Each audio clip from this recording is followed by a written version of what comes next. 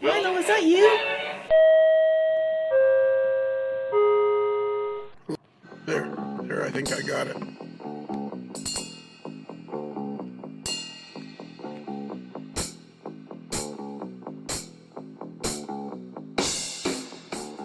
Hair day? What's that, Bruce? Are you having a bad hair day? Yeah. Why? Why is that?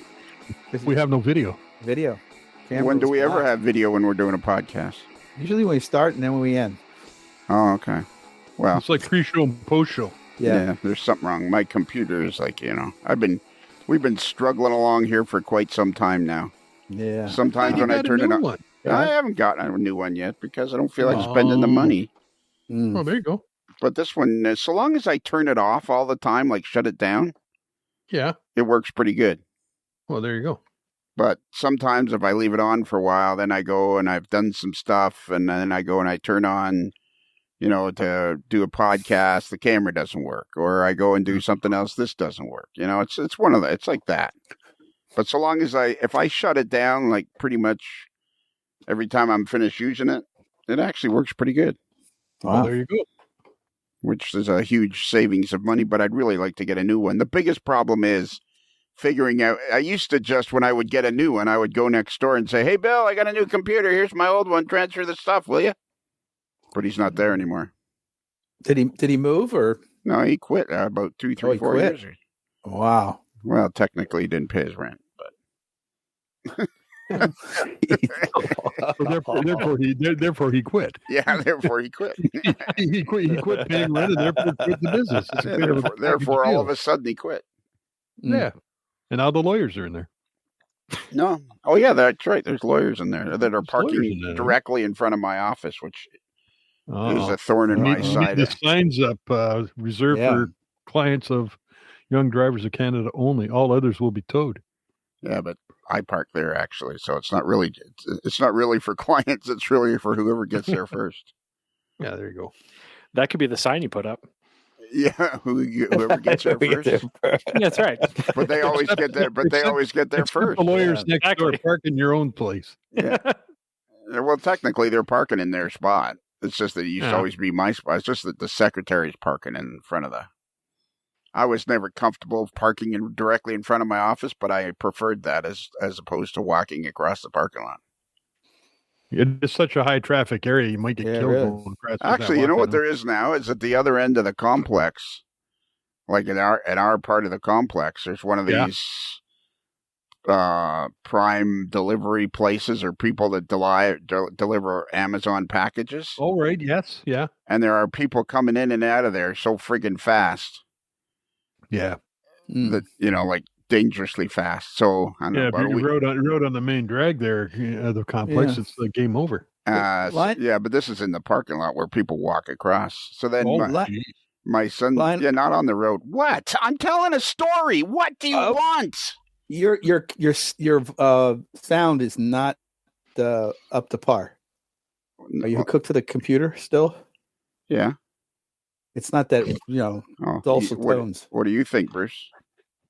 It sounds kind of tinny, but then I thought maybe you were having issues with your microphone as well, so we at least can hear you. So you didn't want to say nothing? I was listening with great interest to your story. I'm sorry, Lionel. Well, okay, but how does it? It says on my end that it's working off the thing. Hang on, maybe it's not on the.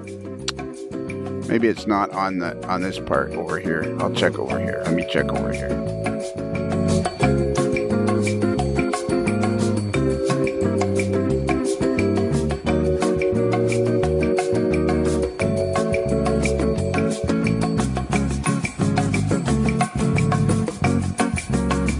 There you go. That's it. Oh, that's so you weren't going to tell me that? Oh man! No, that's why I interrupted your story because I wanted to make sure before you push the button. Okay, well I pushed the button like 4 minutes ago. Oh, you did? Oh, good. Well, yeah, that's what we do here. You and Bruce were busily telling me that this was an AML chatter, anything, what you were talking about was very interesting and could have easily been AML chatter.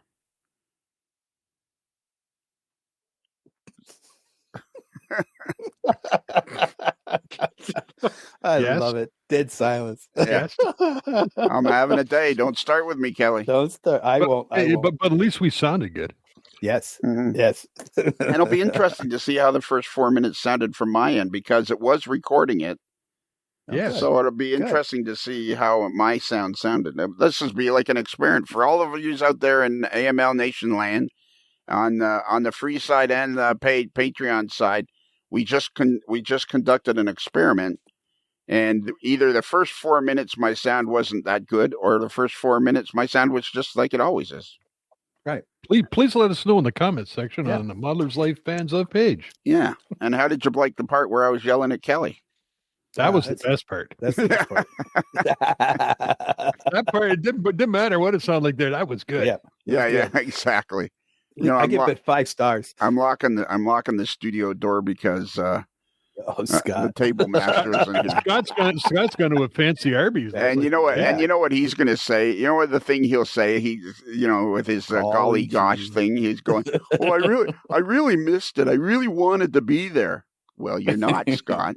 So whether you really wanted to or not, you're not. That's why you put my note up on there. What time the there you go. was. See, somebody cares. Well, he's busy he's busy killing people's dreams in the NMRA structure contest. and the S scale. Yep, and the S scale. Exactly. So tonight we have a very special guest, Mike May, all the way from Durango, Colorado. Hello. Hello, Mike. How are you? Lovely. How are you? I'm lovely as well. You sound a little. Don't be scared. We're like this. Oh wow! This is like the 79th episode, right? Yeah, exactly. I learned a long time ago, about year 5 or 6, if I have to, clear my throat before I get on the air and clear my mind, then I can't do it anymore. So whatever you hear, whatever you get is what you get here. It's what you actually get. If we were professional, it would be a lot better.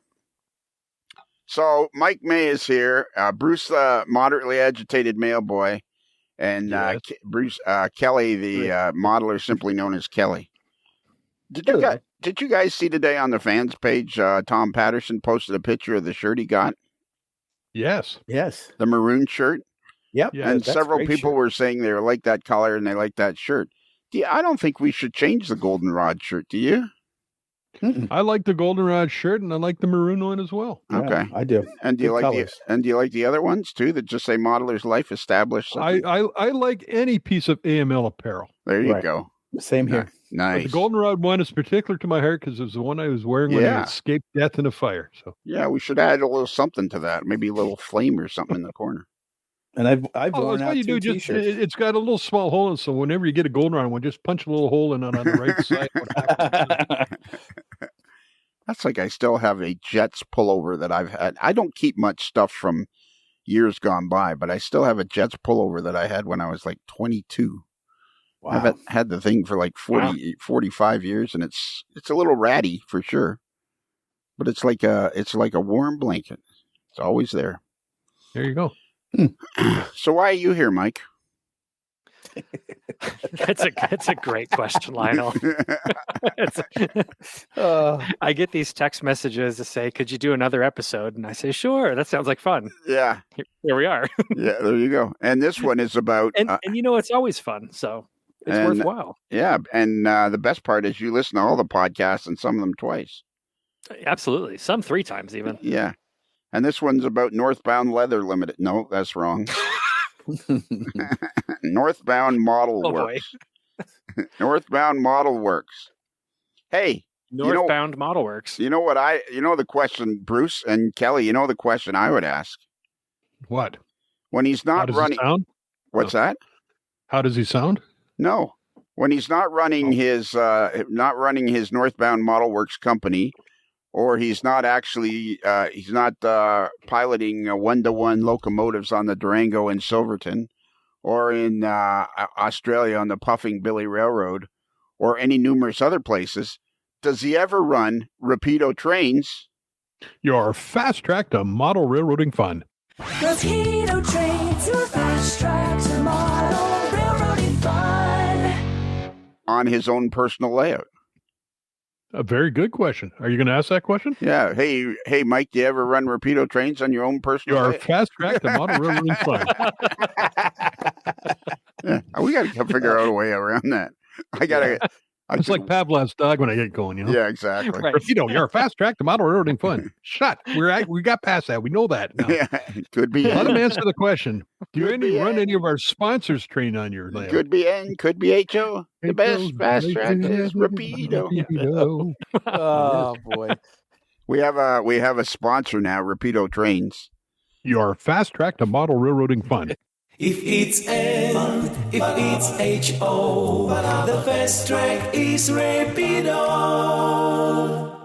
And now, so that's then we have 2 jingles that were written for us by, well, technically, the lyrics were written by the moderately agitated mailboy and our very own Queso Cowboy, Tom Jacobs. Yes. The music was added by our very own Supervan number 46, although that's in question right now. Yeah, online, the certificate is printed, but is being held in pending further review from incidents that have occurred over the past bit regarding accommodations in Springfield. So it's being held in escrow.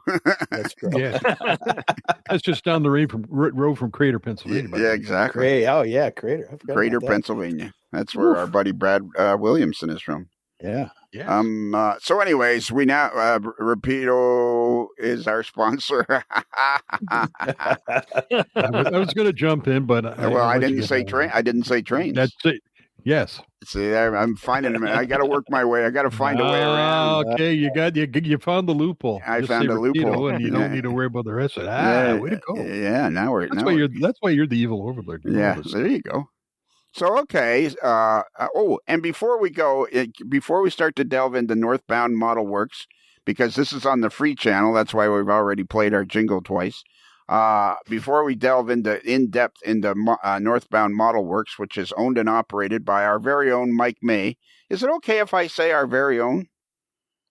I think at this point we're like 79 episodes in, right? Yeah. I'd be honored if I'm one of your own now. All right, you're technically this is the sixth time you've been on the air with us. Yeah, I think it's pretty exciting. It is, and you're always popular. You're an always popular guest. What was I going to ask you? Oh yeah. So before we go in depth into this, welcome to NorthBound Model Works, because this is basically. I found out that you're doing this, and we both agreed that it would be a fun thing to talk about on the free channel, and might encourage people. Might encourage somebody's trying to get in. Good luck. You're not getting in because you're late. I feel like it's pick on him. Yeah. Notice how I locked the door. I know. What's all that? Is that the raccoons on the garbage cans? Yeah, that's the raccoons on the garbage cans. He's sitting there now wondering if he's going to get in. He's looking in the window. Yeah, he's looking in the window. Hello. Yeah. Guys, can I get in? Hey, let's let Mike decide. So, Mike, Scott forgot that we were doing a podcast tonight and didn't bother to write it down or anything. And it was only a few weeks ago he was complaining that we hadn't podcasted enough now he's gone. Somebody send him a message. We'll let you. All right, I'll send him a message. I feel like this was an easy one. Come on. I think this one was a week ago at the exact same day, exact same time. Yeah. So this should have been easy to remember. Yeah. You would have thought. Oh yeah, it's today. Was today his? He sent me a very very peculiar picture today. Was it his anniversary? Maybe it is, because he sent me his wedding day picture. What guy sends another guy his wedding day picture? That's why he was at a fancy Arby's. Yeah. I don't think that was an Arby's. I think it was some other kind of restaurant. Oh, so it wasn't Arby's? Yeah. I don't know. Well, now he's pouting. You see, you guys sent him a message too. Oh, now he's back. He's back. Okay, now he's back. There he is. There he is.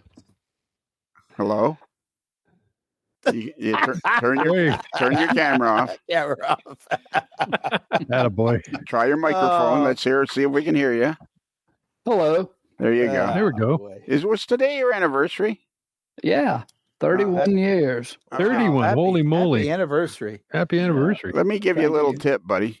Uh-huh. When you're really close friends with another guy, Mhm. and you do mostly just guy stuff with this other guy, Mhm.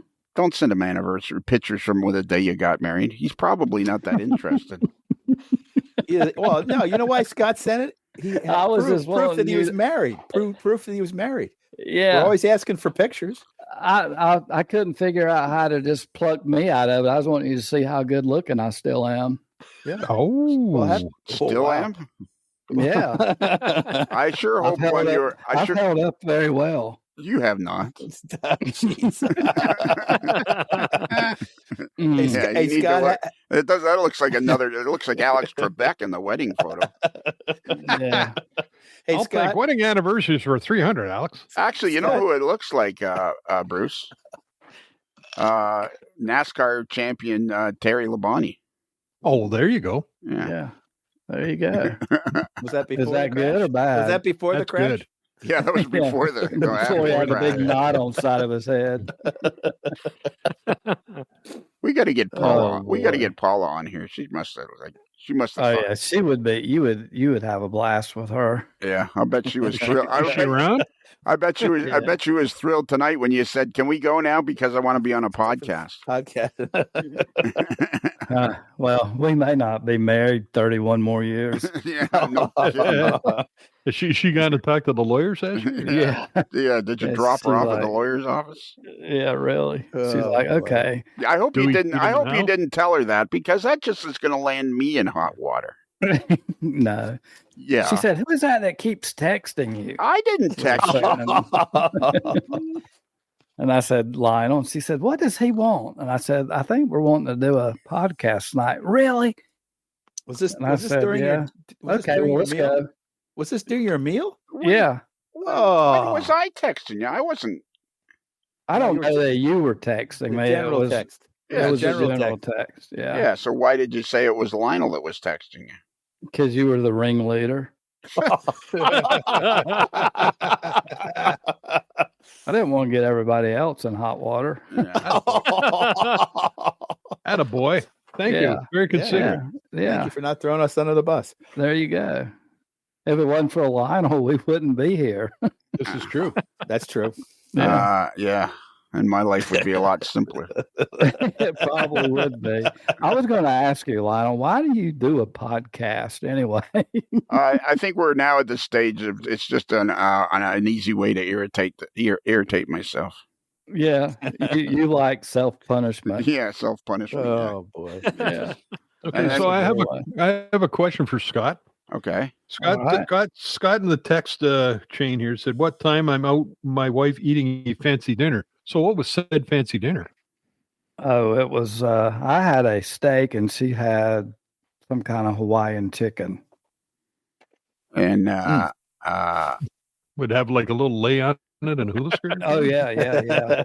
does Greenville It was have it was a really nice restaurant. does Greenville have a fancy restaurant Yeah, over on the down across the tracks. Yeah, on the other side of the tracks? On the other side of the tracks. Yeah. yeah, The good neighborhood. yeah. The good neighborhood. We don't venture over there often, but when we do, Hey, you Wow, know who that's we got to get fun. involved in Scottapalooza 2025? It's our man Mike May here.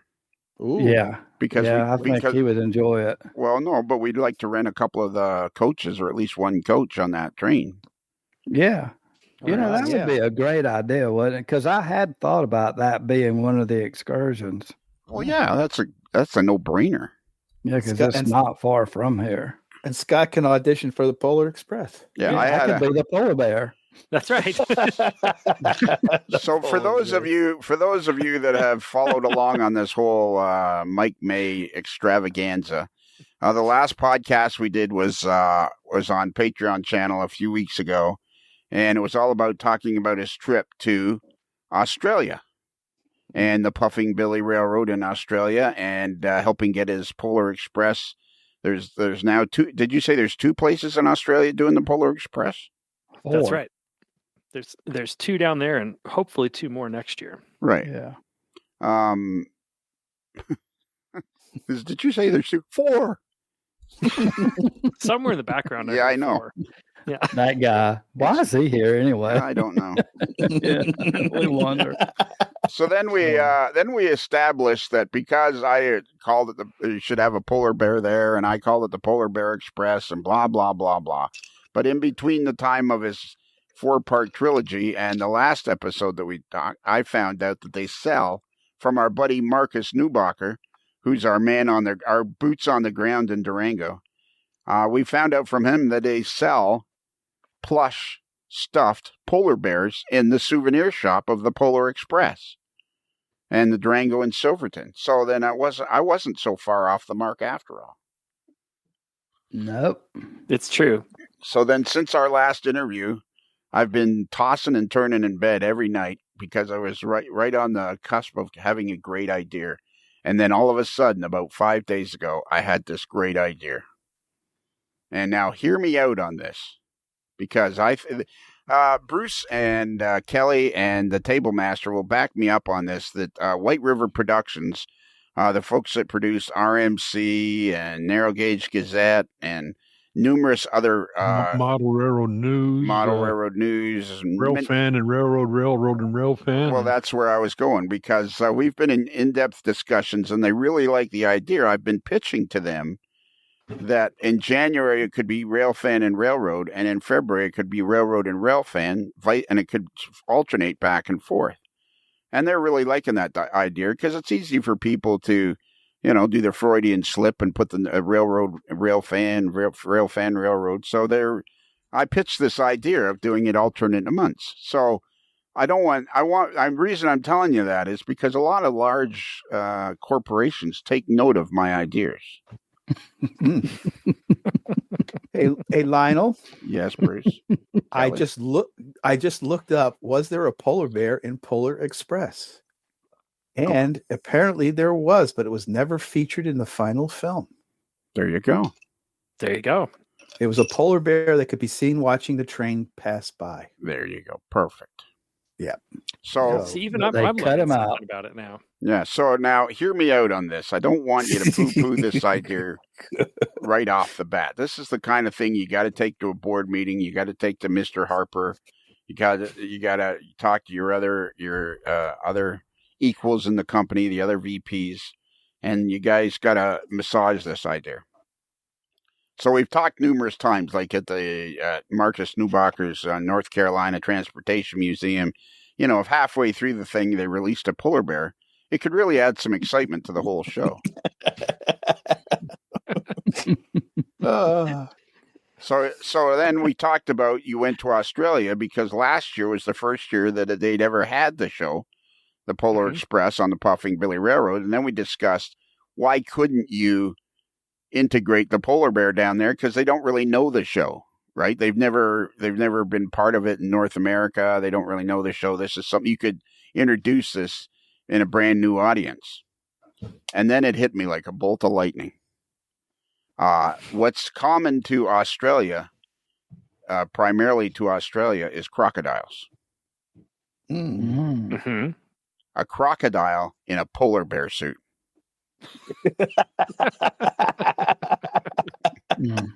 We've gone way off here. Yeah, I'm talking like only like a 10-footer or something like that. Not a great. Only after the kids one of the slide big off the side of the not one car of, with their feet dangling. Yeah. Yeah, you could wrap its tail on the Puffing Billy. You could tie strap its tail to one of those bars, and it could hang down like the rest of the kids do. Yeah. But yeah. Anyways, that's something for you guys, and I don't even need credit for it. Like Marcus. Well, I'm sure you want to give credit to that one. Yeah. You would hang around that Strang Boy again? Yeah. So this idea it's royalty free. We can just take that and run with it. You can just take it and run with it. Occasionally bring my name up because it kind of ties in a little bit with just occasionally bringing my name up. We got Marcus Newbacher and Todd. What's Todd's last name? Arnott? No, Arnett. Yeah, that's it. Todd. The guy. He's in Charlotte. Yeah, he's with Scale Trains. right. Anyways, we got him working on. Primarily Marcus is working on it right now to get me a shot at qualifying for the Daytona 500. And the key here, as I say to Marcus on numerous events, when I'm in victory circle of winning the Daytona 500, be rest assured that I will mention his name and anybody who helped me. And the same thing is here. Be rest assured, Mike, when you guys are in court in Australia because some little kid's been eaten by this crocodile covered in a polar bear suit. I'll be in the courtroom sitting like third row, 5 seats in. I'll be there to support you. Well, I really appreciate that. Yeah. I'm not so sure if I need Lionel's support. You don't want Lionel in the courtroom with you? No, I don't think that's a good idea. Oh yeah, that's right. You're from South Carolina. Courtrooms and Lionel didn't. That's not sound good. That's right. You're from go together. That's right. You're from South Carolina. They seem to have a fair amount of that sort of stuff going on down there. Yeah, they do, don't they? You remember? Yeah. All right. So that's enough fooling around. Rapido Trains. Your fast track to model railroading fund. Rapido Trains, your fast track to model railroading fun. All right, let's get down to Can I ask one question just before we get into North Star Leather Works and whatever? Yeah. Mike, do you know a lighting and sound tech named Randall Pratt? I sure do.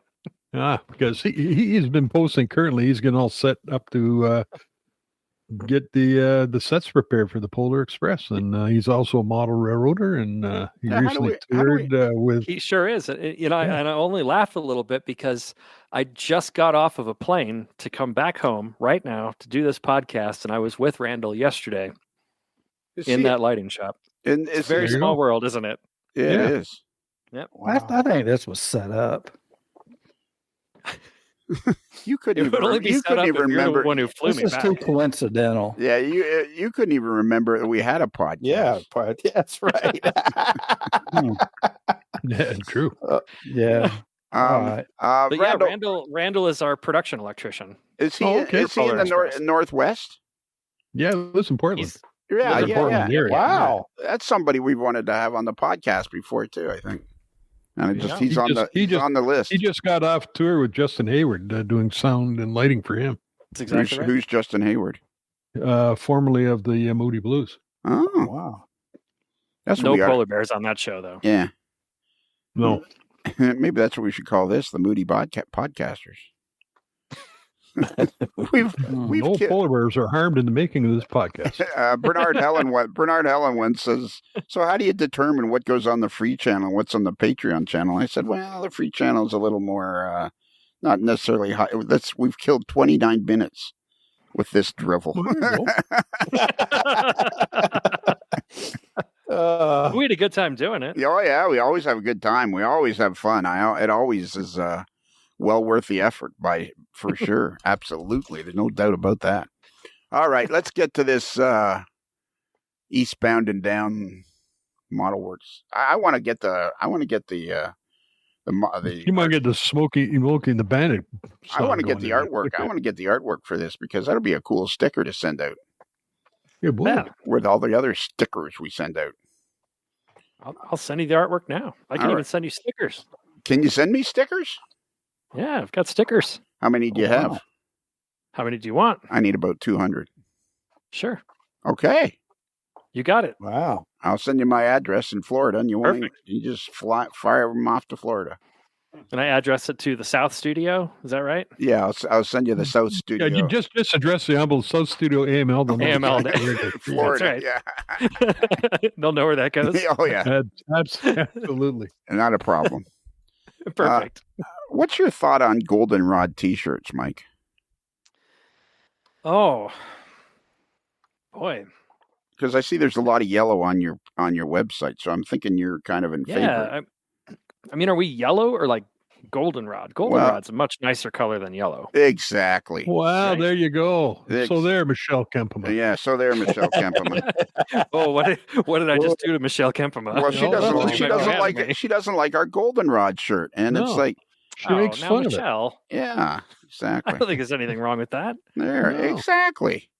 All right. Yeah, like goldenrod. That's a good color. Yellow, I great- wouldn't. And it's I the mean- T-shirt of choice of AML wear for escaping a fire. So, like, There- what could yeah. possibly be Well, wrong with it? that makes a lot of sense. Yeah, when Absolutely. you're running out of your house catches on fire, the first thing you reach for, Kelly, is Your AML T-shirt that you have nearby you, just in case you have a fire. there. You go. Exactly. It's like the fire extinguisher. It's a little glass case on the wall. Yeah, yeah. You pull the T-shirt out and away you go. Yeah. Huh. Mike, have you ever listened to any other model railroading podcasts? The first thing you'll notice is they're nothing like this. Oh no, yeah. Oh man. So why did you? We kind of briefly touched on this on our Patreon issue, but why did you decide? This seems like a very ambitious task that you've just started this a NorthBound Model Works, and the URL is NorthBound Model Works. The 4 words put together: North as in North, bound as in I'm bound and determined, model as in model railroading, and works like as in that's not what Kelly does. Oh jeez. Oh, so we're bringing Joe to model for a comment. Actually, I got a new job at Microtrans. Did you? Yeah. What are you doing now? I am actually prepping locomotives and repairing locomotives. Wow. From N-gauge and Z scale that we Excellent. provide. N scale and G scale? Z scale. How do you work on a Z scale locomotive? It's very hard. Yeah, It's very hard. Electron scanning microscope. Yeah, exactly. So, all right, Mike May, why did you decide to start NorthBound Model Works? Well, that's a good question. See what I did there? That seems to be a recurring theme with you. These questions are good. Oh boy. No, it's it kind of it sort of started organically, I guess is the best way to put it. I obviously model the White Pass. I think we've talked about that already. And this particular locomotive that we're doing, the Bombardier DL535, is a model that hasn't been done by anybody, at least not commercially available. There's, some scratch built ones here and there. And I really wanted one for my own layout. And so it originally started with, I was just going to scratch build myself one just to have it. And it kind of, in talking to some other modelers that were kind of close to the project, it turned into, well, maybe what if we make a couple and we can each have one? And, that kind of grew into, I wonder if anyone would be interested. And then we thought, well, what if there was a way we could make these kind of available somehow? And I don't know. Then the next thing it turned into like, well, let's just start a company. And the let's is entirely me. So it's all my fault. But it started with a lot of conversation, and really, it just got to the point that I thought, it'd be really cool to actually try this. I've been a modeler a long time, and I've done, I think like most people, projects for other people, and I find it just kind of fulfilling. And the manufacturing side of modeling, I've never really done on a large scale, so I decided it'd be interesting to learn about it and kind of get involved in it. And it was a great way to get a model of something that I really wanted. And I was saying to you before, and I kind of had this thought a few months ago, I think that's one of the elements of model railroading that people don't realize is there's a real opportunity for people to try and see what it's like to make a product and sell it. Yep. It seems to be, for a lot of people, part of the hobby almost. Yeah, I would definitely say it's a part of the hobby for me. I think we've talked about it on some of the other podcasts that we've had, but like there's a lot of facets to model railroading, and I think everybody kind of picks their own pieces of it, of what they find interesting and what's satisfying, and you don't have to be involved in all of them by any means, and I think manufacturing is definitely a niche piece of it compared to the whole industry. But for folks that are into it, I find it very fascinating. I've learned a whole lot, but I can't say I'm an expert in it. But I've learned a whole lot working with people who are truly experts in it. And Um, so when you say you've learned a whole lot, so when could we say that this project as a legitimate project that was going to be a mass produced model, when could we legitimately say that you kind of went, okay, I'm doing it? It was in 2020. It was part of, we'll be really honest, that we talked about it for a lot, and I thought about it for a lot, and then that little pandemic thing happened, and I found myself with a lot of time on my hands all of a sudden. Right. And that was kind of the catalyst that I said, you know what, I'm starting this company. I'm going to do it. It was really, a piece of it was just having time. Okay. And while you mentioned the pandemic, I just want to tell you something that's imperative about our friendship going forward. Anybody that posts memories about the pandemic in 5 years, they will no longer be my friend. I don't want to see your memories of, here I am wearing a mask in 2021 at the grocery store. I do not want to see that. I don't want to see it today. I know that. I don't want to see it ever, but that's what's going to happen. That's what's going to happen in about 5 years. People are going to be posting, remember this when we had to wear masks? And I do remember it, and I didn't like it, so take it down. Did I like it the first time? No, I didn't. I don't think anybody liked it. No. That's what I think I'm all for, though, in 5 years to look back on the things like this, be like, hey, remember when we had time on our hands and we came up with this project? Okay, let's talk positive spin. Yeah, positive. I mean, this is actually a really neat locomotive because of all the bumps and crap it has on the top of it. It's really a very unique locomotive. And do you want me to put that in the description of it? These are the bumps and crap. Yeah, put that. Yeah. Okay.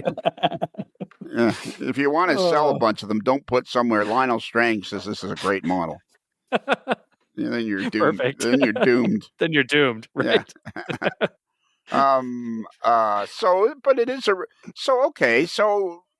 you must have realized at the time that you were going to be busy again. So how did you figure out in your head, or what was it in your head where you kind of went, this won't take up that much time, and it won't be that hard? Like I always say, one thing I learned when I wrote for Model Railroad and built project layouts, that's a lot harder than you think. Trying to build a layout to a deadline, is brutal.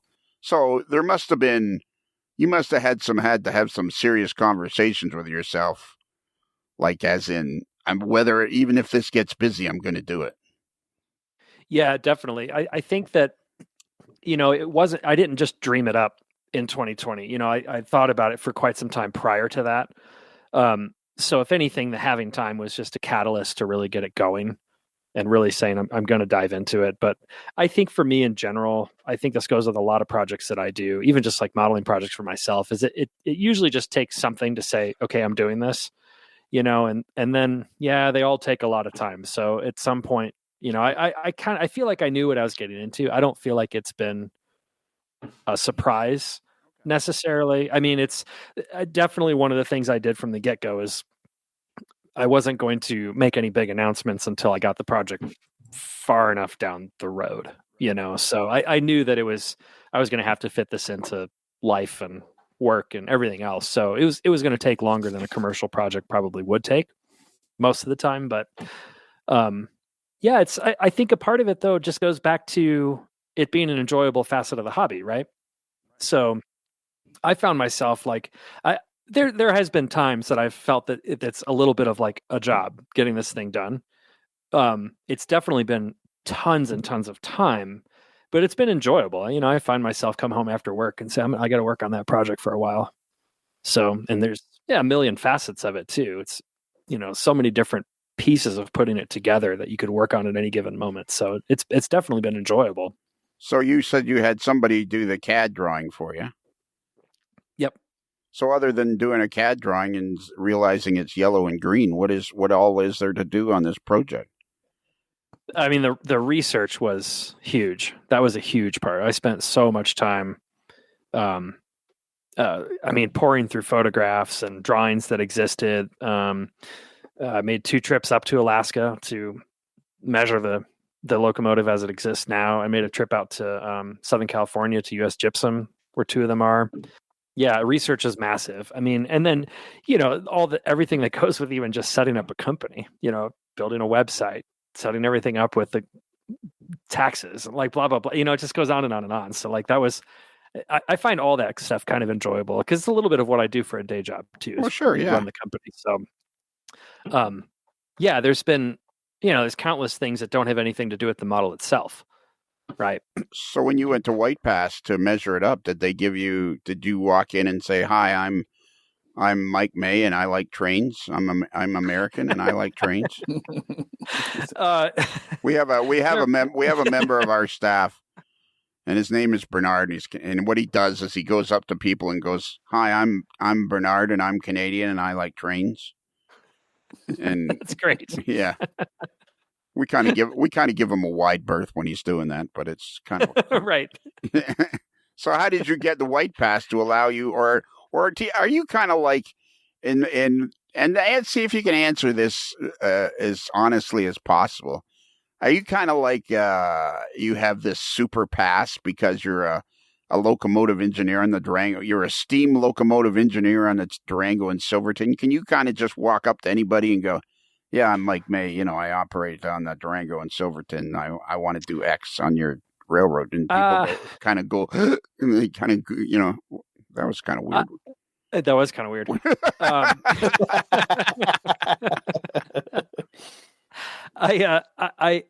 No, I think it would be nice, but no, that's not usually how it works. Okay, so how do you convince the White Pass to let you measure their locomotive? Well, for one, I asked politely. That was honestly the beginning of it. I did know a few people up there just from having modeled it for so long, and I've got some friends that work up there that used to work in Durango, so I had some inside connections already. But no, I just reached out to them and I explained the project that I'm doing and that I'd like to have access to the engine and when you're able to photograph it and measure it and all that, and they were very gracious. So you sent them an email or something like that. Started with an email, turned into a phone call. And do you drop that I'm vice president of productions at Heritage Rail, and I'm no. You don't drop any of that stuff. No. Really? Separate project. That's work. Yeah, I know, but I wanted to keep this separate. Like I wanted this to be kind of on its own. All right.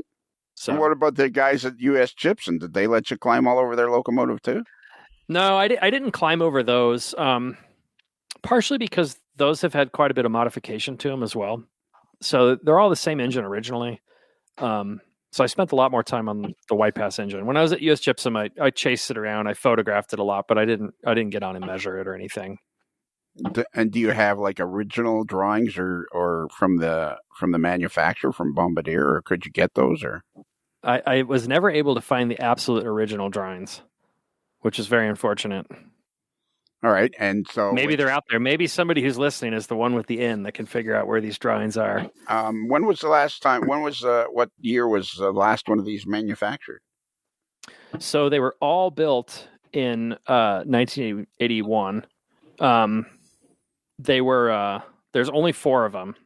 Those are the only 4 that have ever been built. They were built as a essentially an updated version of the Alco DL535, which was built. The White Pass units were built in 1969 and 1971. So they placed 2 orders there, but the DL535 itself at Alco was it was an export model. So there's variations of it that are all over the world, but the units that ran on the White Pass and Yukon were the only ones in North America. That sound you hear in the background of scratching and cutting is that's Scott. So don't let that bother you. What's he building now? Working on the thing for Uncle Dave. Oh, that's right. That's not me. Whoa. I'm sitting here with my hands slapped to my chest. I'm doing nothing. Are you working on something, Mike? I'm not. Kelly. Much like Scott.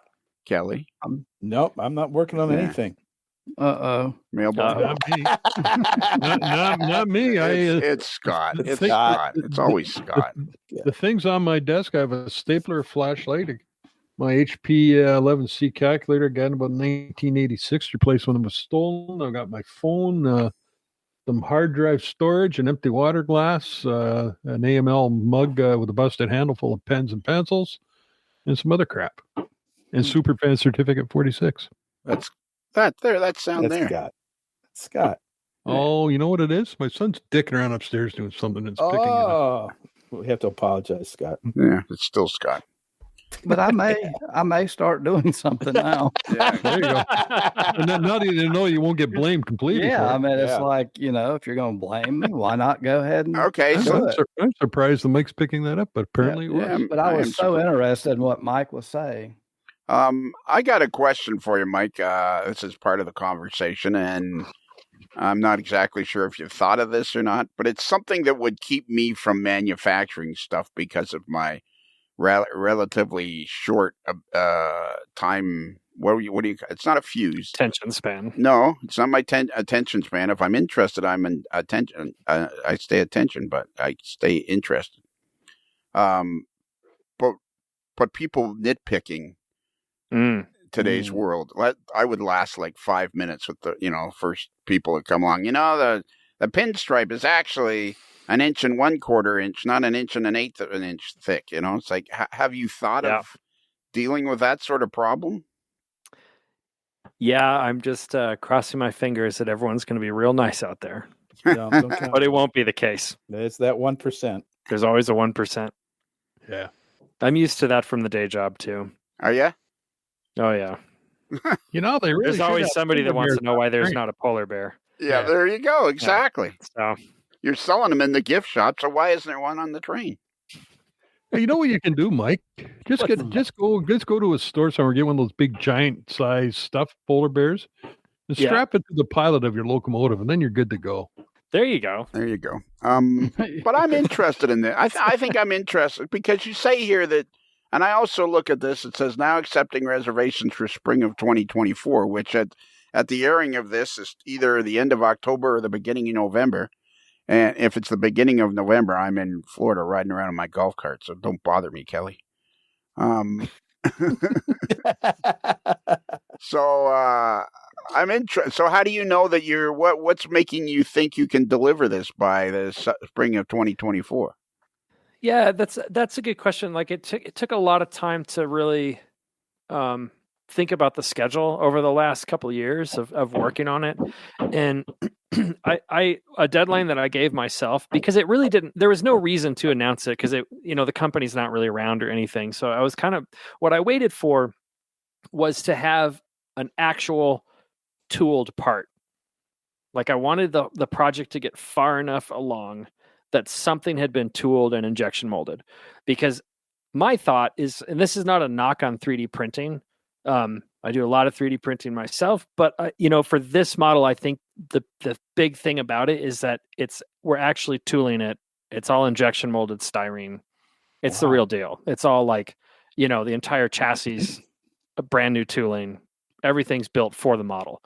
And that's kind of a big deal for small companies, just because injection molding is obviously it's a large process, right? So I told myself I didn't want to announce it until I had an actual part to like prove I'm going to do it, as opposed to just say I'm going to do it. So once we had the first tool done and shot the molds and they came out, and I think they're beautiful. I'm pretty excited by them, to be totally honest. Shameless plug. Mm-hmm. That's why that was the moment. That's true. Shameless that was plug. the moment where I was like, I'm going to actually announce the project now and put it out there that it's actually happening. And I also felt like, once it goes to tooling, that's a big point in the process where I'm not going to change anything. Like at that point, the research is the research, right? The drawings are the drawing. Now we're cutting expensive tools and we're making parts. So, in a lot of conversations with the manufacturer, that was the point at which we felt like once it was there, we could actually get a schedule from tooling all the way to delivery that felt a lot more locked in. And granted, there's a lot of other smaller things that had to get locked in the background prior to making that announcement as well. But there's still plenty of unknowns. So we gave ourselves quite a bit of lead time. It was officially announced at the very end of August. So it's been, well, I guess if this airs about the 1st of November, it's 2 months or so ago. And from then, we picked spring of 24 as anticipated delivery.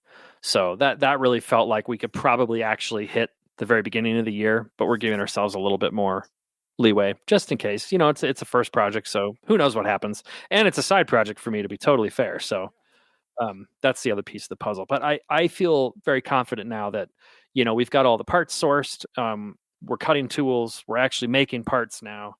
The engineering's done. The design is done. So there's not really a lot of crazy loose ends. There's plenty of things to do, but nothing that's like, milestones. Okay. So yeah, feel pretty good about it. Knock on wood. I hope that come March I listen to this and it. Yeah, we got lots of questions. So ask away. Yeah. So speaking of shameless plugs, one of the great things about having Rapido trains, your fast track to model railroading fun. If it's N, if it's H-O, the fast track is Rapido. As an exclusive sponsor of this podcast, is the owner and proprietor and his wife. They were both owners, Jason Tron and his lovely wife. I have never, after a year, not one time have they come to me and said, we don't want you to say this, or we'd like you to ask that question, or blah, blah, blah. And the reason I'm giving that example is because my next question is something that I'm always talking about. These guys will back me up. But I mean, in model railroad manufacturing, the first thing manufacturers do is they do a lot of hand-wringing, and they go, oh my God, the tooling for this is, $1 bazillion. It's $100,000 for this or $200,000 for that. And it's, there's much hand-wringing, and we've got to get reservations, and it's such a hard business, and blah, blah, blah. And yet you seem to be talking about it rather nonchalantly, like as in it's not that big of a deal. Well, it's like, you're not doing this in China, are you?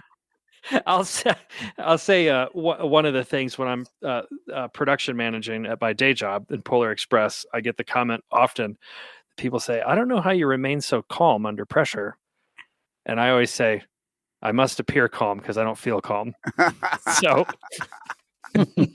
maybe I just sound that way. There's no doubt there's been sleepless nights over this for sure. Right. There is, it's not nonchalant at all. I mean, it's definitely, it's a big deal. Like I talked to a lot of good friends about it before I really went into it. It's like, do I trust this project? Like, is it really going to work? Because it's a lot of money. Okay. So you're doing it. No, there's no doubt. It's not small beans. Like, there's plenty of little projects I've done before, like any of us, it's like someone's, can you build this for me? Sure. I'll charge whatever. And if you lose on it, it's like, well, whatever. Like Scott, when he doesn't charge anything. Exactly. Right. When he was, last time we talked, he was bitching and moaning that Dave Ableys isn't paying him. Well, that's exactly what you said. No, you said you didn't understand. You didn't understand how people made money in this business because Dave's not paying you anything. Okay. All right. That's what I heard. Isn't that what you heard, Kelly? Yeah. There you go. I heard that. We can always roll the tape back from the archive. Yeah, exactly. Rich Winiski, right? Rich Winiski right now is running to get that episode. He's running down to the archive room and getting that episode, that reel out of the, and sticking it on the machine. Oh boy! All right, I stuck my foot in my mouth. I'll accept it. So okay, but you're having this manufactured stateside, right, in the lower 48? Yes, that's right. Which is unusual. It is unusual. It's not. That is not pretty unusual. Cool.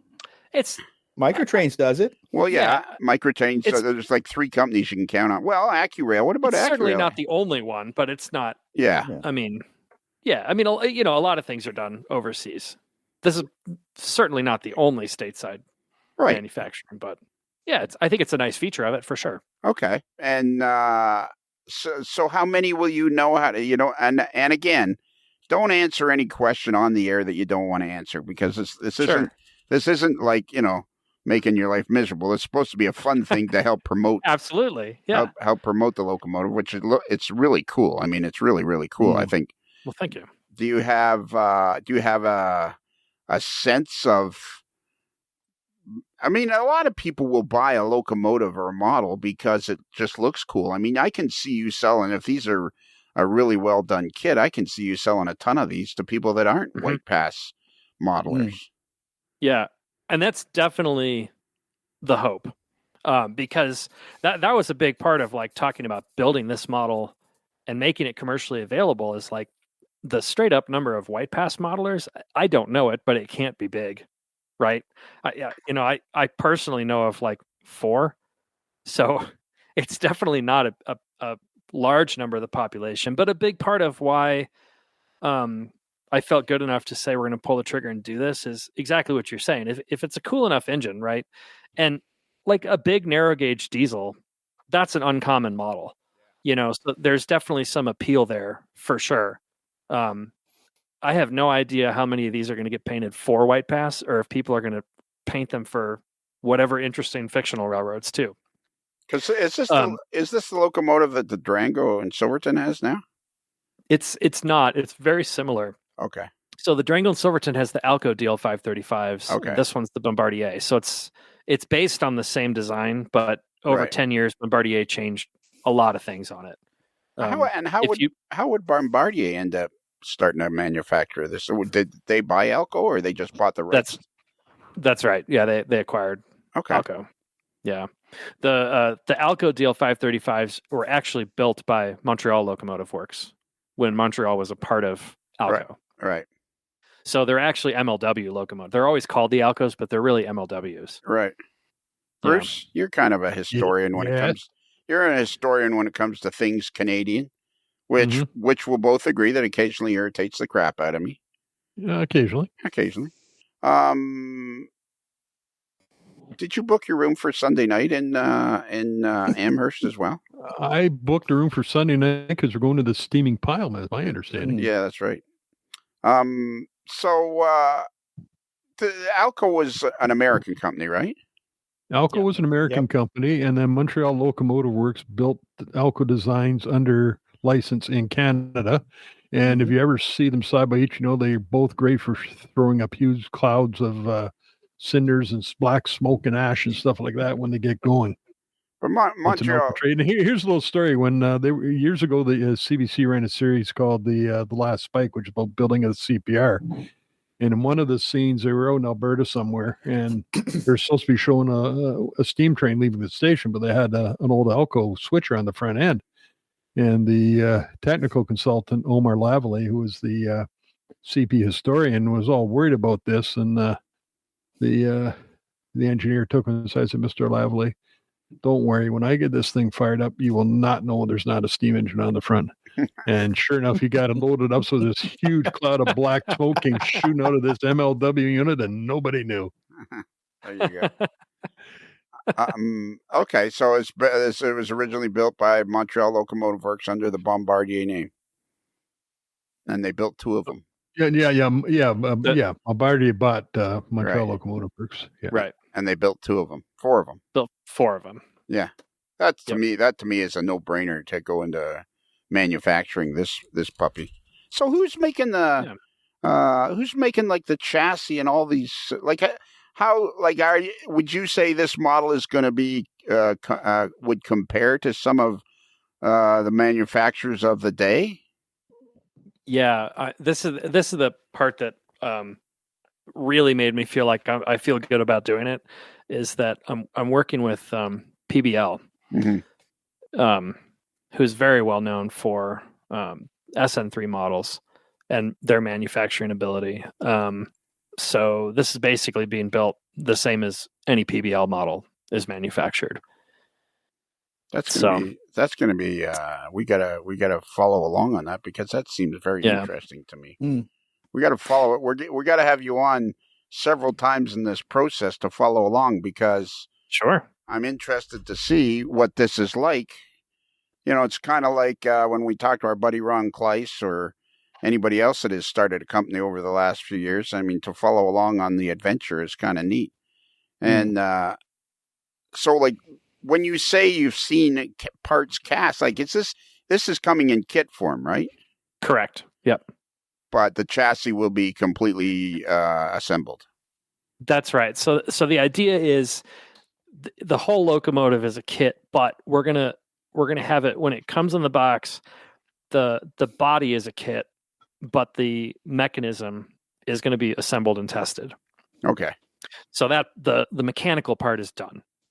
So theoretically, somebody will get the kit. They'll be able to take the chassis out of the box, stick it on the tracks, and run it. That's exactly right. Okay. Yep. And then all they got to do. That's the idea. So we want to take, like, that's the. I don't know if it's necessarily harder, but it's certainly the more intimidating part. Is the is the assembly is building the assembly and making sure it runs and all that. So that that's always the challenge with like brass models, right? It's like I feel like every brass model, and I've got a lot of them. But I feel like every time you get one, you've got to take it apart and tinker with it for a little while until it actually runs right. So the goal here is that the chassis comes out of the box, drop it on the track, it will run.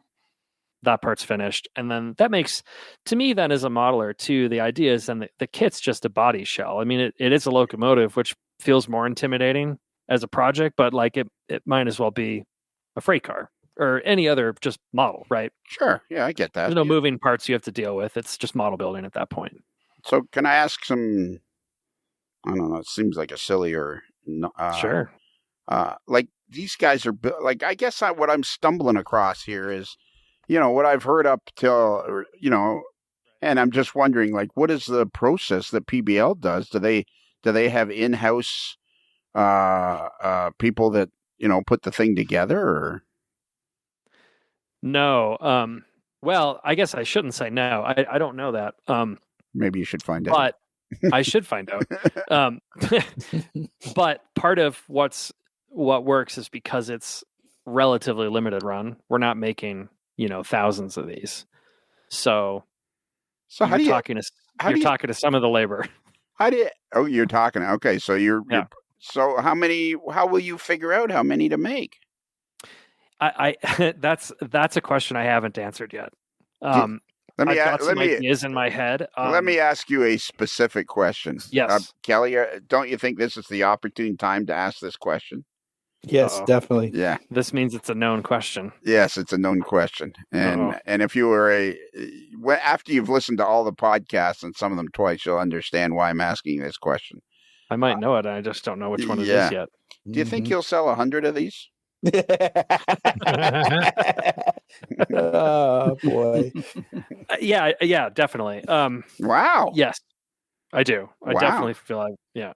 I think that's good because when I first met the guy, Scott Thornton, who is somehow remotely involved with the Iowa Scaled Engineering guys, Mike Peterson and Nathan.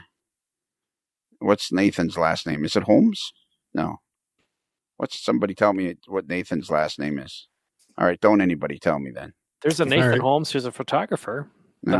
That is a person. Anyways, Michael Peterson's partner is Nathan. See, Nathan, because you've never been on the show, I can't remember your name. That's it. Anyways, he was somehow involved with these two guys at Iowa Scaled Engineering, and he was one of the guys that came up with the idea of the proto throttle. Are you aware of the proto throttle? Familiar with it? Yeah. Okay. When I first met him at an RPM show in Chicago many, many years ago, I was, looking at this thing and I was asking him questions, and I was new at doing interviews, and I said, "So do you think you'll sell like 1,000 of these?" He's looking at me like, 1,000? And I'm thinking to myself, behind my eyes, I'm thinking, well, all right, like, does he want a higher number or a lower number? Like, what's he want? And then I go, 500? And he goes, 500? And I'm like, well, do you think you'll sell 100 of these? He goes, oh, I don't know. I hadn't thought about it. And I'm like, dear. Which is really hard when you're new at interviewing because you're thinking to yourself, is this guy put any elbow grease into this at all or what's going on, So, so that's where that, do you think you'll sell 100 of these came from? Because now they've sold, like, they're well on their way to, how many have they sold? 1,000 plus or 500? Over 1,000. They're over 1,000 now. They're over 1,000 now. Yeah, exactly. So, okay. So how did you come up with a number for manufacturing? Was it something to do with if you make this many, it'll cost this much? If you make this many, it'll cost that much? Yeah, there was a lot that went into it. And that also kind of goes back to the whole, before I pulled the trigger on even doing the project, I wanted to be pretty sure of what I felt comfortable actually could sell. But that kind of also just goes back to my, producing events, right? It's like you kind of have to know what the revenue is before you can figure out the expense, right? So I spent a lot of time thinking about it, losing sleep over it, talking to friends about it, putting feelers out there. It was a little bit of a delicate process because I knew what I wanted to do, and I didn't want like word to really get out there. So I kind of had to play the game of like, well, who can I talk to? And I wanted to talk to people too that I didn't necessarily know very well, because it's really easy when you talk to your friends, like, would you buy one? And it's like, well, yeah, of course I would, because they already modeled the thing, right? So I was kind of trying to get a feel for like the greater HON3 industry out there, and like who else thinks this is something that would actually be interesting. So yeah, I stewed on that for, gosh, probably a year, while I was working on the parts of the project that didn't necessarily cost anything. You can always do the research and design and stuff. And if all that ended up in one scratch built engine for my own layout, fine. But that was the biggest piece of the research for me, is what's it going to cost and how many people do I feel comfortable will buy one. And honestly, like, I don't know that there's ever a way you can be absolutely sure. I mean, the same goes for events. Like, you don't know how many tickets you're going to sell. No, that's not for until sure. you announce it. I mean, you can certainly have hunches and experience and all that. So I felt pretty good about, like, there was at least a market out there for a few hundred. You put a crocodile in a polar bear suit and it gets and it gets on the news. I can pretty much tell you how many you're going to sell. I'll have to like increase the servers for the ticket system, because they're going to sell so fast.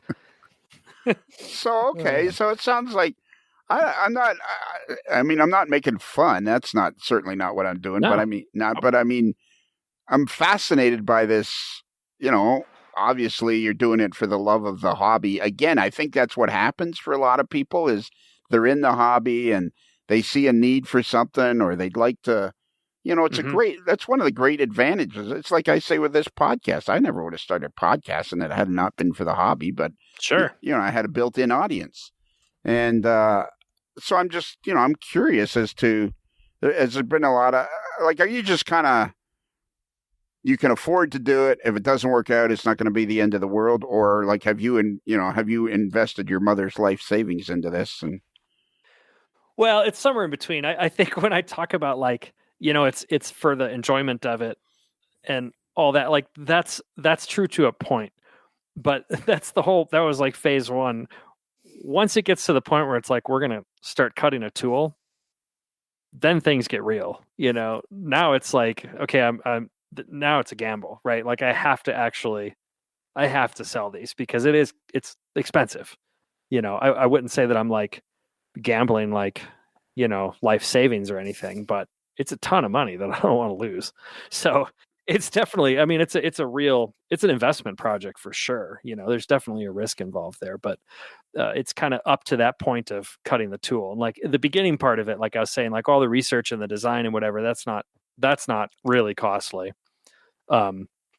So that's where I took a lot of time to really think about what's it really going to take, and what's it really going to sell, and is the market there, and how to price it, and just all this stuff that, I stewed over. And, and to be truthful too, like there were times I was like, nah, I'm not going to do it. It's too risky.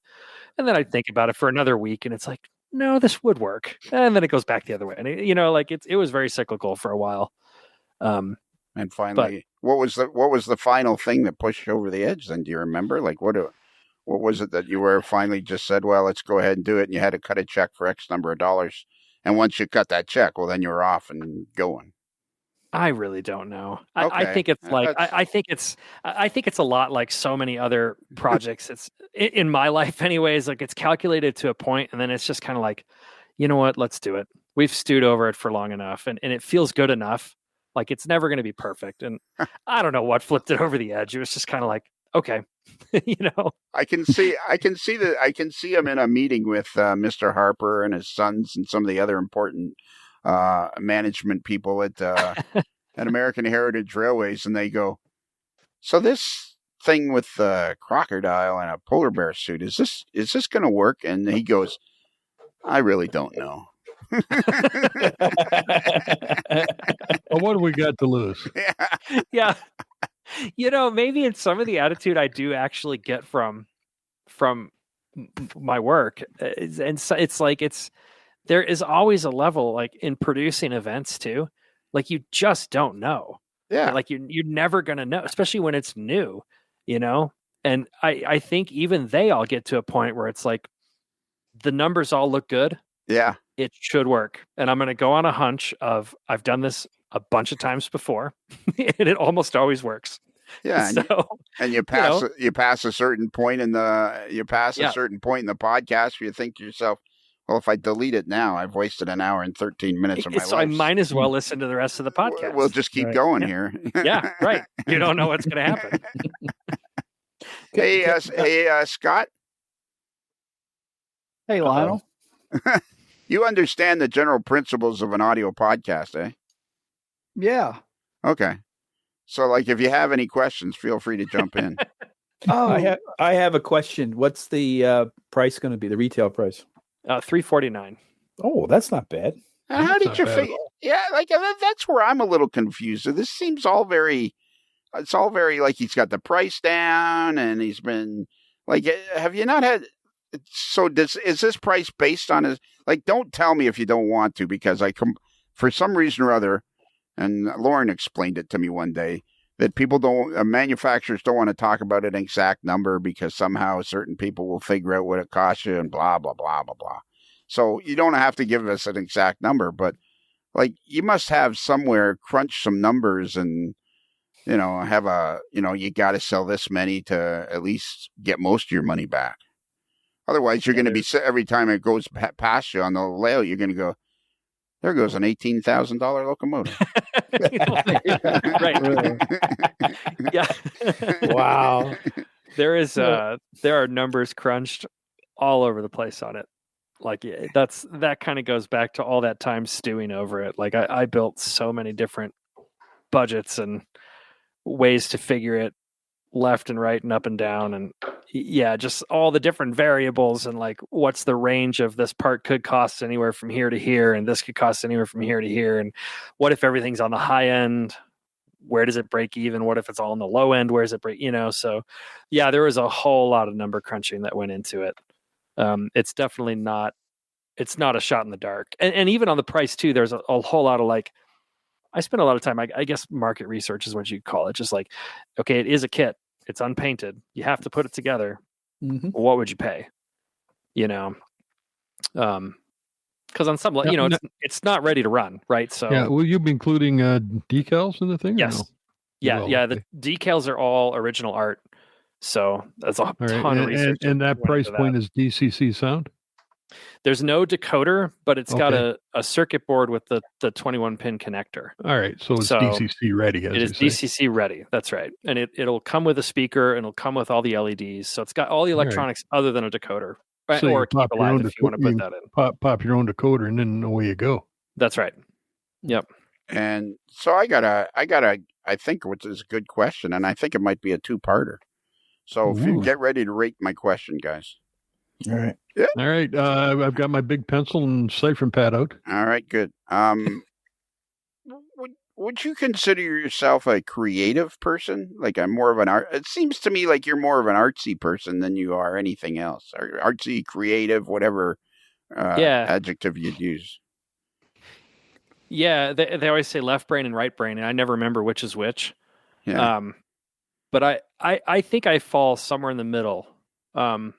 But I definitely have a creative background.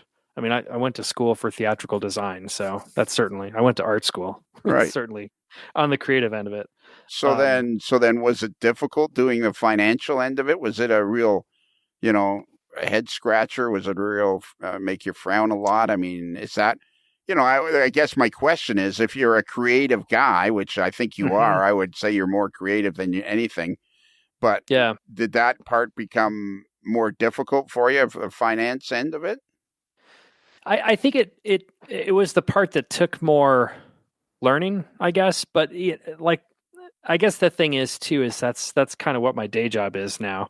You know, I produce these events, which is in theory it's a creative job, but really producing it's all number crunching and it's all the business side of running an event. So, you know, I spend plenty of time dealing with numbers and budgets and forecasts and all that. So it wasn't and frankly trying to work on a project of this scale it was almost, I don't want to say it's simple, but compared to Okay. producing national events, it felt a little bit more relaxing. So yeah, compared to The difference is the risk is it's my money, right? Yeah, exactly. That's what Instead I of always. producing with someone else's. That's what I've always said for years and years and years. You know, people will come to me and they run, $50 million budgets for company X, and I'm like, well, congratulations.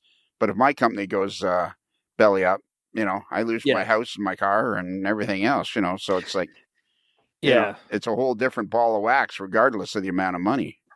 Exactly. Yeah, it's like, when I'm producing events with someone else's money, like obviously the whole role of the producer is to take care of the money. So and create money. Yeah, so that's, obviously I take it very seriously, but it does take on a different level when it's your own. Sure, exactly. I have a follow-up to my creative question. Okay. So we've determined the three of us, Bruce, Scott, and Kelly. Would we all agree that Mike's more of a creative guy than anything? Without a doubt. I absolutely think so. Yeah. Okay. So running steam locomotives, was that something that? Was that something as a follow-up question? Is when you're out there doing something very, very mechanical, like running a steam locomotive on the Durango and Silverton,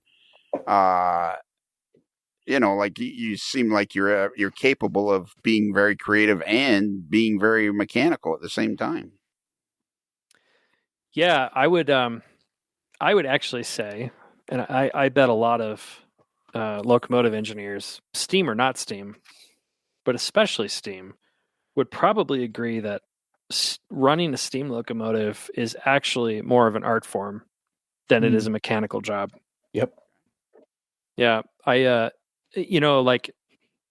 the actual mechanical work on the locomotive and a machinist and all of that is, I don't want to say it's not an art, but I feel like that's more numbers, mechanical, physics, all of those kinds of things. Machining is obviously an art too, but I think running a train and running a locomotive, there's a lot of knowledge you have to have mechanically about it, but the actual act of doing it is an art form. Yeah, because you have to be very much in tune to what the steam locomotive is doing. Absolutely. And I would say the same about any heavy equipment. I think it's more of an art when you're operating a piece of equipment than it is necessarily mechanical. I think so too. I think that's an excellent point because I love most springs. I help this farmer with seeding. I do the tilling, but he's got this one till that's got two hydraulic wings on. I drive one of these great big 4-wheel drive tractors, and then he's got this tiller that has these two gigantic hydraulic wings that come out, and you got to run that, and you got to go up and down the field and do it right, and then you got to put hydraulic wings up, and when you're driving down the road, you got to try to be careful not to knock down every light post, and and there's a lot of you don't just put your foot to the floor and have at it. There's a lot to it. There's a lot of nuance to it. Exactly. Yeah, and another thing with a steam engine too, it's on all of ours, there's no speedometer. And a lot of folks describe keeping time on the engine as a musical thing because it's about the rhythm of the engine is what ultimately is the same as the speed you're going. Right. So certainly, that's obviously a more artistic thing than it is mechanical. Yeah, that's for sure. Very cool. Very, very cool. Yeah. I'm very excited about following along. So what about writing instructions? Have you got, I'm a little fuzzy on this. Expect delivery in the spring of 2024, because in reality, we're talking 6 to 7 months. Yeah. That's not long. What are you laughing at? No, it's not long. It's not long. I can't imagine the pressure there. Yeah, It's a lot. That helps a lot. Sorry, I say 6 well, to 7. I'm here to help. Yeah, you're yeah. I say 6 to 7 months, and you're rolling around on the floor. And I'll be riding the Polar Express over here this fall, and I'll go, "How's that going, Mike? You haven't produced yet?" Yeah. Is Paula coming with you? Oh yeah, she'll be Okay. there. Yeah, I'll bet. Yeah. I may go do that this weekend, actually. Oh. I wake up this morning, and there's a picture of him on his wedding day.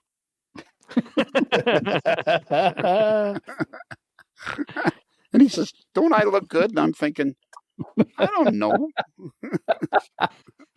No, you didn't get the question.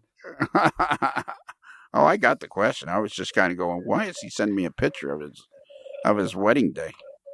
I found what a numbskull. Yeah. Oh, it was a lovely picture, and you're a dead ringer for Terry Labonte. There you go.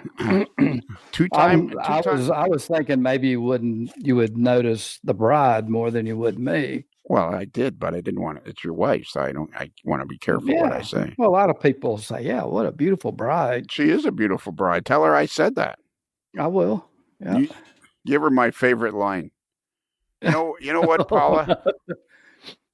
I actually got 2 favorite lines. This one would be ideal for you. I'm going to say to her, "Why don't you leave this loser and come with somebody that will really appreciate you?" Yeah, there you go. Yeah, that's top notch. Are you still here, Mike? I'm here. All right. So sorry, Mike. I didn't mean to. Yeah, once he started laughing about your delivery date. No, I didn't laugh. I'm really interested on the drivetrain on this engine. That's what I'm looking at too. Yeah, because I'm thinking I'm going to know if it needs a press skill somewhere. Yeah. All right, everybody talking the same. Everybody talking the same time. Yeah. 1, 2, 3. Blah blah blah. I really want to know about the golf train because I need a couple. So, how far along are you? Thinking that you're 7 months out from delivery? How far along insofar as what? I mean, there's I would think that at this point you'd have to be pretty much assembling chassis and you have the box design. The box designed. Yeah. Do you have the box designed? I do. I know. Right. Where do you get the boxes from? Oh, there are so many different box manufacturers. Talk about a weird part of the project that I would have just never thought anything about until I started looking into it. But you figure everything you buy comes in a box. Turns out there's a whole giant industry out there of just making boxes. Mm-hmm. So, I found a custom box manufacturer and gave them the specifications of it and everything. And man, there's a gazillion options. Yeah. But it turns out you can have a box made however you want a box made. You can. Well, now how would you know? My neighbor does that. I mean, it's amazing what he's had to do. Yeah, they would give him a product and he'd have to put them in a package and get as many as he can in a Connex, and there can't be any room at the door left. That's fascinating. Pretty spectacular. Yeah, that is fascinating. Yeah, and all he has is the product, and he has to come up either with a show box, like something you'd see on a shelf, or something that's to be shipped that's not seen. It's pretty amazing stuff. Huh. So is the box designed and ready to go then? It's not manufactured, but it's designed and ready to go. Yeah. So okay. Those will get built. They'll be produced probably next month. So there's another thing. Like, how do you decide how many boxes to get? That's the only thing I haven't told them yet. Oh, really? Yep. I've given myself until the beginning of November to really decide on the quantity. All right. I think realistically, I can change the number until like December 1st. Okay. So I'm giving myself a little bit of an early deadline on myself, but somewhere in November is when I'll pick the actual final number of what the run will be. So will PBL put the whole thing together in a box and everything and then send them to you boxed up and ready to be shipped out? No, I'm going to get boxes of a bunch of this part, a bunch of that part, a bunch of that part. Okay, so you got to box it up then. I'm going to do the assembly of the kit itself. Okay, this is and true. that's part of what makes it, financially possible. Okay. Yeah. Right.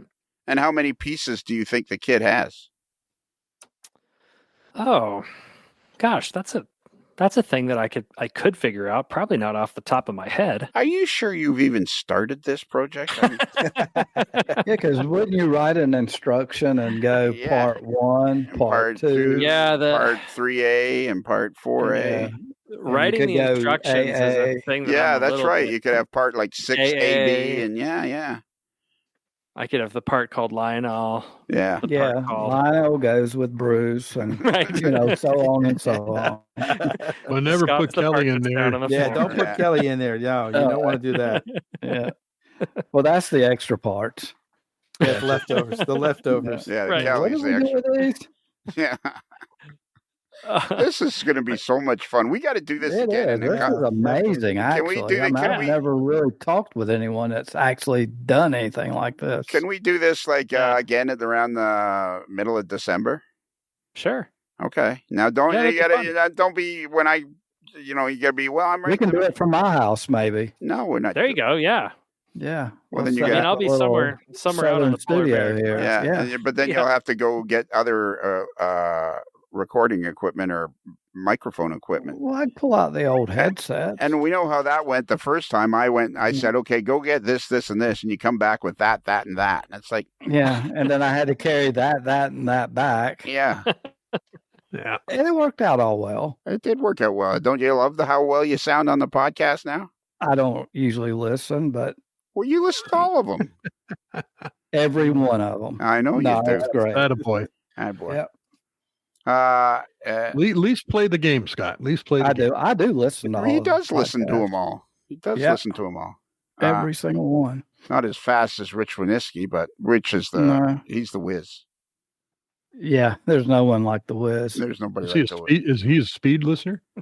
No, he's not a speed. I can't understand why anybody would listen to a podcast at 1.5 or twice the time. What's the- Wow, that is absolutely insane Oh, trying to that's do impossible.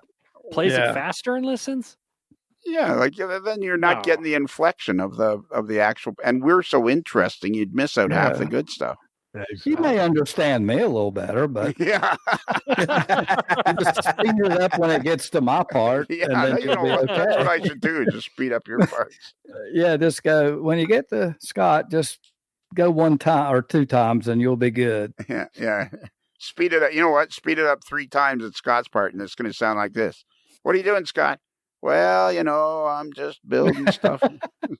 You gotta love it. Yeah, don't mention my name when you tell your wife you have to cut your anniversary dinner short. Don't be We dropping didn't me. cut it short. Don't be no. dropping We started me. early. I started early. Don't be dropping me into that. I won't. It's already happened. Yeah, Too exactly. late. Speaking of Rich Winisky, hey Bruce, I wonder if he has any Rapido trains. Your fast track to model railroading fun. Rapido trains, your fast track to model railroading fun. Kelly, can you give out our email address? Yes, our email address is modellerslife@gmail.com.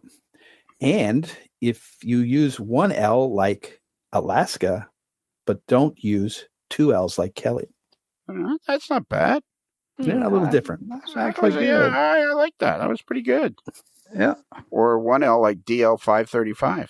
Oh, yeah. Oh, Yeah, I think these are such unique engines. They're going to sell really good. I think so too. They're, I- People would they're just cool want looking them. units. That's They are Yeah. cool looking units. Just so you can say, I have something that's unusual. They will sell, and you're probably selling 3 or 4 of them right here. Yeah. yeah, uh, there you go. I know Scott's eyeing up those chassis. He's Yeah. he's looking at those pretty closely. See, Yeah. converting to HON3? No, Yeah. he's thinking they'd work perfectly on S scale. Yeah, I can use all kinds of chassis. Yeah. All right. So, and if you didn't catch that email address, if you go to our website, amodellerslife.com, and scroll down a little bit and click on the picture of the moderately agitated mailboy in a particularly agitated state. Boom. You don't even need the email address. It's all filled out for you. You just got to put in your text and put a stamp on it, and email it off to us, and we will read it on the mail. Or read it on the air eventually. Because whether it's a pro or a con, we read them all. Whether you like That's us true. or you don't like us, we read them all. And we prefer the ones where you don't like us because they're usually pretty funny. Yes. we get a lot of value out of those. Yeah, we do. We like those ones. Mike, Yes. have you ever wanted a T-shirt with a hot dog on it?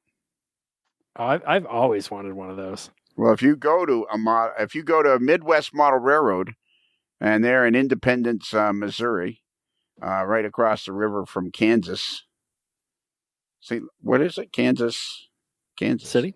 Kansas City. Kansas, Missouri, and Kansas. Kansas City, Missouri, and Kansas. Independence is in Missouri, right? Yep. And Kansas is in Kansas. Yes. That's a coincidence. A town named the same as the state. There you go. I wonder what the state capital of Kansas is. Is it Wichita? No. I think it's Topeka, isn't it? Oh, yeah, Topeka. Topeka. It sounds like Topeka.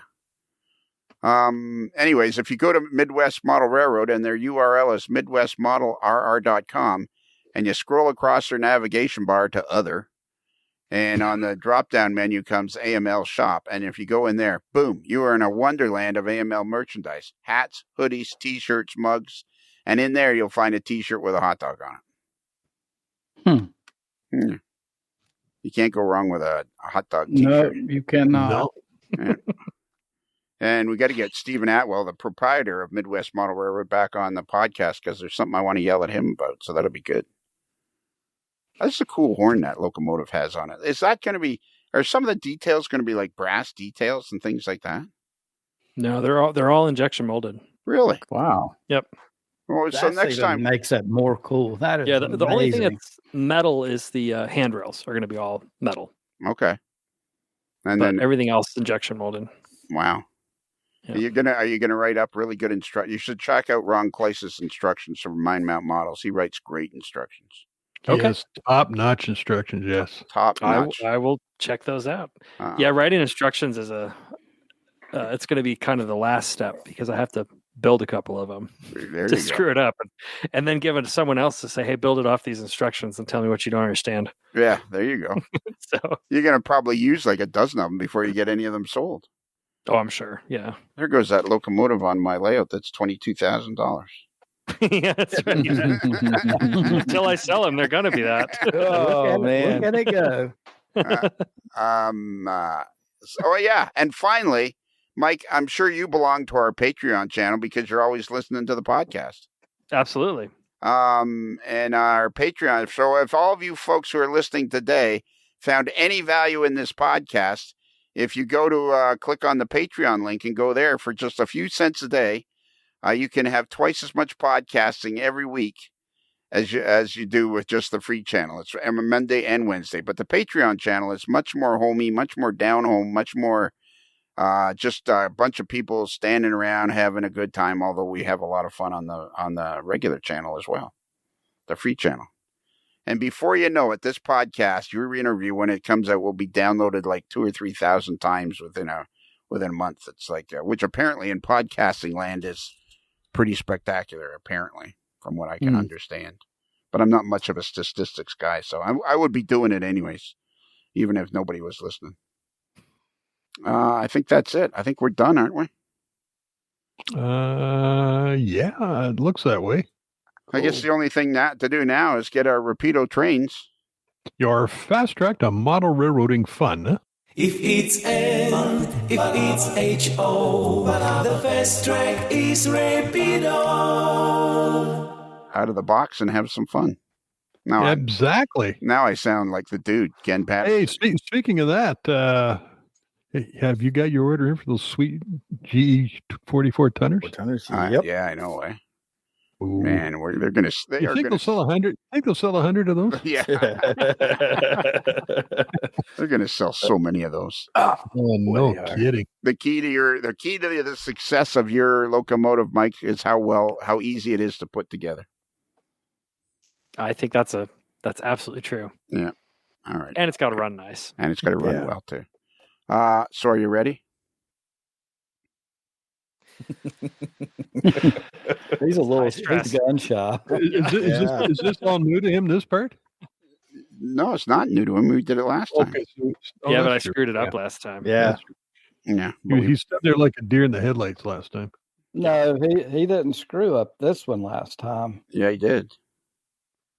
I just listened Really? to I that thought- podcast. Yeah, I just listened to that Oh. podcast. Yeah, but we fixed it. We gave it a second try. Oh, yeah, absolutely. Yeah. So So remember, that was- okay. You're talking again, Scott. I'm sorry. The key to an audio podcast is know when to talk and when not to talk. Right. And I'm not talking.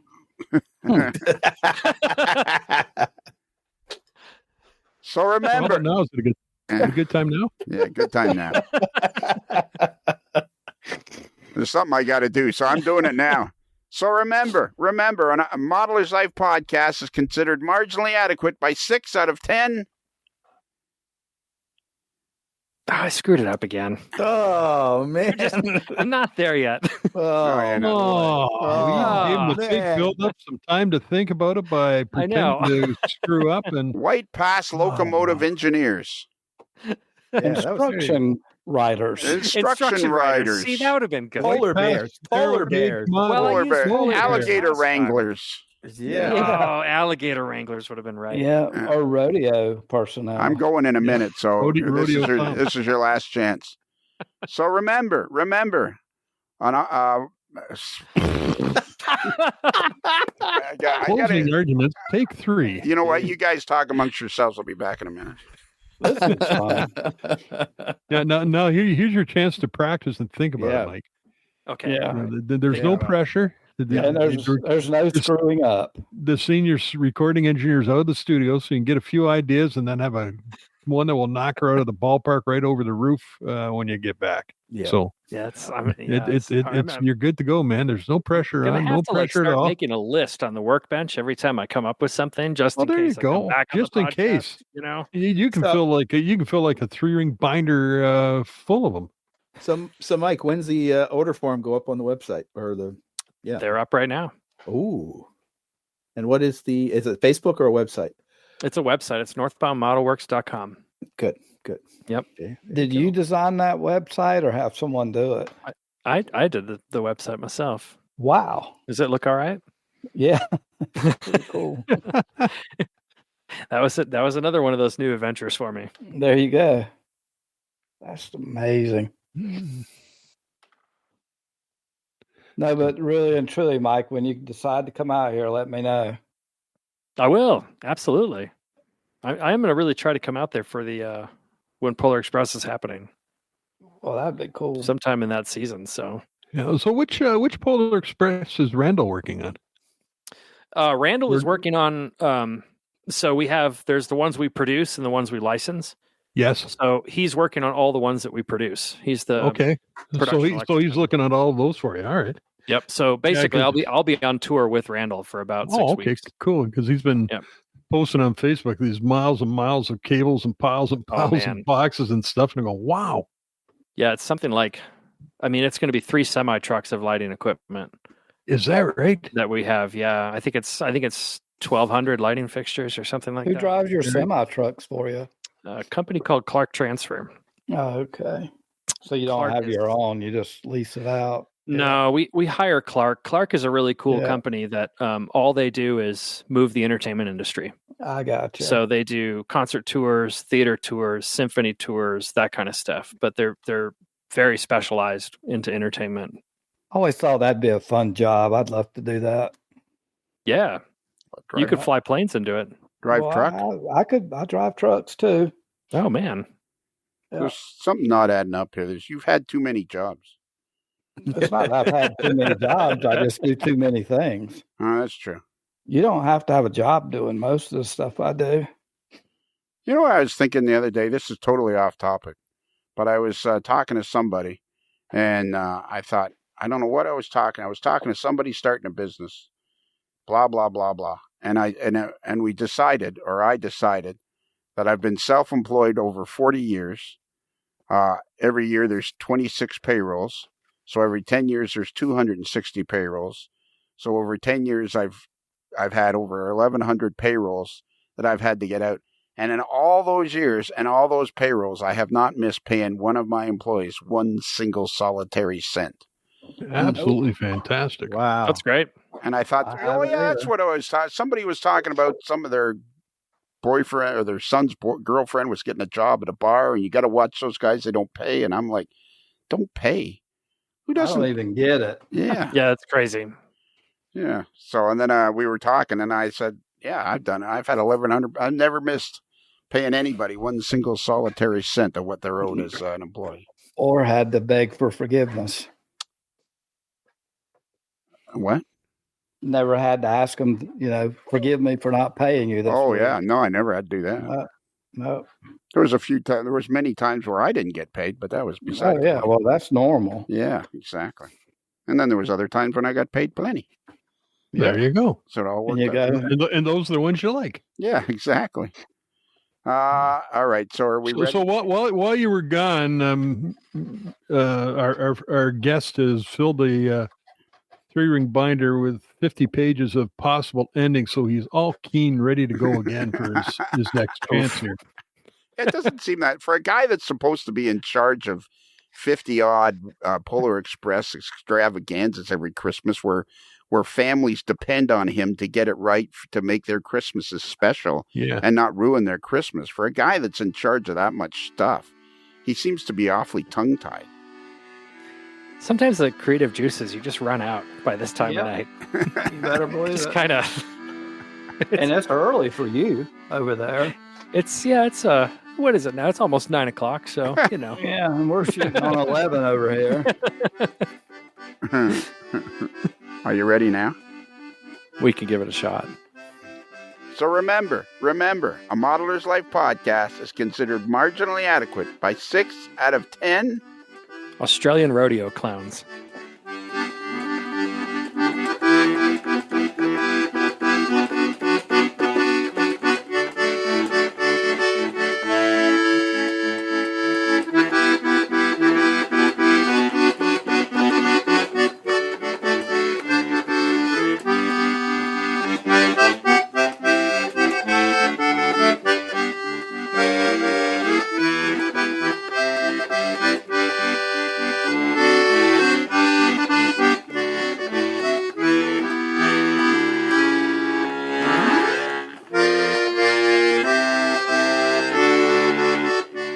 A Modeler's Life is sponsored by Because I Love Sushi.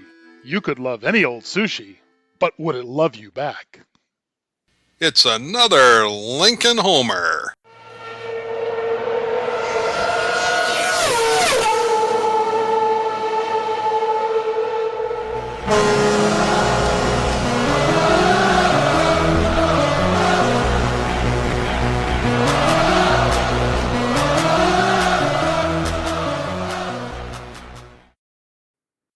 Oh, that was Bingo! There you Wow, there you go. go, man. That was After my own It's heart. going. It's another Lincoln Homer. That one's gone. That was it. Right off the crack of the bat, that one was gone. Yeah. Yeah, that the center fielder just stood around and watched that one go Yeah. way, way over his head. There was no Yeah. even trotting back to the. Was that No. so tough? Of course, to get that though, you have to listen to all the podcasts, right? 'Cause Yeah. we're referencing back now, so that's a good one. That's okay.